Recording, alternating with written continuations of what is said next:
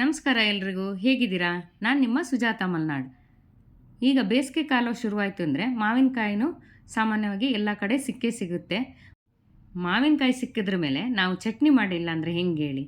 ಅದಕ್ಕೋಸ್ಕರ ನಾನು ಇವತ್ತು ಚಟ್ನಿಯನ್ನು ಮಾಡಿ ತೋರಿಸೋಣ ಅಂದ್ಕೊಂಡಿದ್ದೀನಿ. ಇದನ್ನು ಮಲೆನಾಡಿನ ಸ್ಟೈಲಲ್ಲಿ ಮಾಡಿ ತೋರಿಸ್ತಾ ಇದ್ದೀನಿ. ಇದಕ್ಕೆ ನಾನು ಒಂದು ಮಾವಿನಕಾಯಿನ ತಗೊಂಡಿದ್ದೀನಿ. ಅದರ ಸಿಪ್ಪೆಯನ್ನು ಪೂರ್ತಿಯಾಗಿ ಈ ರೀತಿಯಾಗಿ ತೆಕ್ಕೋಬೇಕಾಗುತ್ತೆ. ಸಿಪ್ಪೆ ಹಾಕಿದರೂ ಅಡ್ಡಿ ಇಲ್ಲ ಏನು, ಇಲ್ಲಾಂದರೆ ಸಿಪ್ಪೆ ತೆಕ್ಕೊಳ್ಳಬಹುದು. ಎರಡು ರೀತಿಯೂ ಮಾಡ್ಕೋಬೋದು. ನೋಡಿ, ಇವಾಗ ನಾನು ಪೂರ್ತಿಯಾಗಿ ಸಿಪ್ಪೆ ತೆಕ್ಕೊಂಡಿದ್ದೀನಿ. ಸಿಪ್ಪೆ ತೆಕ್ಕೊಂಡಾದ್ರ ಮೇಲೆ ಚಿಕ್ಕ ಚಿಕ್ಕದಾಗಿ ಹೆಚ್ಚಿಟ್ಕೋಬೇಕು. ವಾಟೆಯನ್ನು ಸಪ್ರೇಟ್ ಮಾಡಿಬಿಟ್ಟು ಹೆಚ್ಕೋಬೇಕಾಗುತ್ತೆ. ಈ ರೀತಿಯಾಗಿ ಚಿಕ್ಕ ಚಿಕ್ಕದಾಗಿ ನಾನು ಹೆಚ್ಚಿಟ್ಕೊಂಡಿದ್ದೀನಿ. ಇಷ್ಟು ದೊಡ್ಡದಾಗಿ ಹೆಚ್ಕೊಂಡ್ರೆ ಸಾಕಾಗುತ್ತೆ. ಇವಾಗ ಇದಕ್ಕೆ ರುಬ್ಬೋದಕ್ಕೆ ಏನೇನು ಬೇಕು ಅಂತ ನೋಡೋಣ. ತೆಂಗಿನಕಾಯಿನ ತಗೊಂಡಿದ್ದೀನಿ, ಇಲ್ಲಿ 1 ಹಿಡಿ ಆಗೋಷ್ಟು.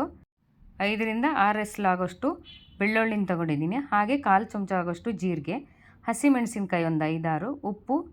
ಇವಿಷ್ಟನ್ನು ಈಗ ಮೊದಲಿಗೆ ಮಿಕ್ಸಿ ಜಾರ್ಗೆ ನಾನು ಹಾಕ್ಕೊಳ್ತಾ ಇದ್ದೀನಿ.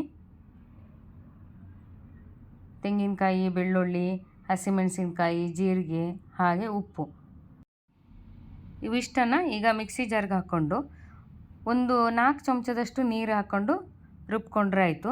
ತುಂಬ ನೀರು ಹಾಕ್ಕೋಬಾರ್ದು. ಇದಕ್ಕೆ ತರಿಯಾಗಿ ರುಬ್ಕೋಬೇಕು. ನೋಡಿ, ಈ ರೀತಿಯಾಗಿ. ನಂತರ ಇವಾಗ ಮಾವಿನಕಾಯಿನ ಇದಕ್ಕೆ ಸೇರಿಸ್ಬಿಟ್ಟು 1-2 ಸುತ್ತು ತಿರುಗಿಸಿದ್ರೆ ಆಯಿತು. ಜಾಸ್ತಿ ತಿರುಗಿಸೋದೇನು ಬೇಡ. ನೋಡಿ, ಇಷ್ಟು ತರಿಯಾಗಿ ರುಬ್ಕೊಂಡ್ರೆ ಆಯಿತು. ಇವಾಗ ರುಚಿಯಾದ ಮಾವಿನಕಾಯಿ ಚಟ್ನಿ ತಯಾರಾಗಿದೆ. ನಿಮ್ಮನೇಲೂ ನೀವು ಈ ರೀತಿಯಾಗಿ ಒಂದು ಸಲ ಮಾಡಿ ನೋಡಿ, ತುಂಬಾ ಚೆನ್ನಾಗಿರುತ್ತೆ. ಅನ್ನ, ಚಪಾತಿ, ರೊಟ್ಟಿ ಎಲ್ಲದ್ರ ಜೊತೆಲೂ ತುಂಬಾ ರುಚಿಯಾಗಿರುತ್ತೆ ನೆಂಚ್ಕೊಳ್ಳೋಕ್ಕೆ.